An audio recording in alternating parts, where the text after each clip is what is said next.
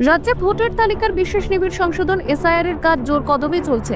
নির্বাচন কমিশন সূত্রের খবর, শনিবারের মধ্যে এনুমারেশন ফর্ম বিলি শেষ করার লক্ষ্য নির্ধারণ করা হয়েছে। তবে কমিশনের আধিকারিকদের দাবি, শেষ ধাপে কিছুটা সময় লাগলেও চেষ্টা করা হচ্ছে এই সপ্তাহে কাজ সম্পূর্ণ করতে।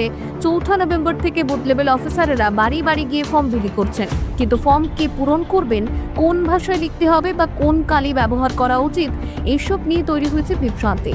বিষয়টি স্পষ্ট করে অতিরিক্ত মুখ্য নির্বাচনী আধিকারিক অরিন্দম নিয়োগী বলেন, ফর্মটি যার নামে তিনিই তা পূরণ করবেন। লিখতে অক্ষম হলে বিএলও সহায়তা করবেন, তবে স্বাক্ষর করতে হবে ভোটার বা তার আত্মীয়কে। ভাষা ও কালি বিষয়ে তিনি জানান, নির্দিষ্ট কোনো বাধ্যতামূলক নেই। বাংলা, হিন্দি ও ইংরেজি যে কোনো ভাষায় লেখা যাবে। কালো বা নীল কালি ব্যবহারের পরামর্শ দেন তিনি। ফর্মের সাদা ব্যাকগ্রাউন্ডে পাসপোর্ট সাইজ রঙিন ছবি দিতে হবে। এছাড়া রিলেটিভের জায়গায় শুধু রক্তের সম্পর্কযুক্ত ব্যক্তি, যেমন বাবা, মা বা পিতামহ, মাতামহের নাম উল্লেখ করতে হবে।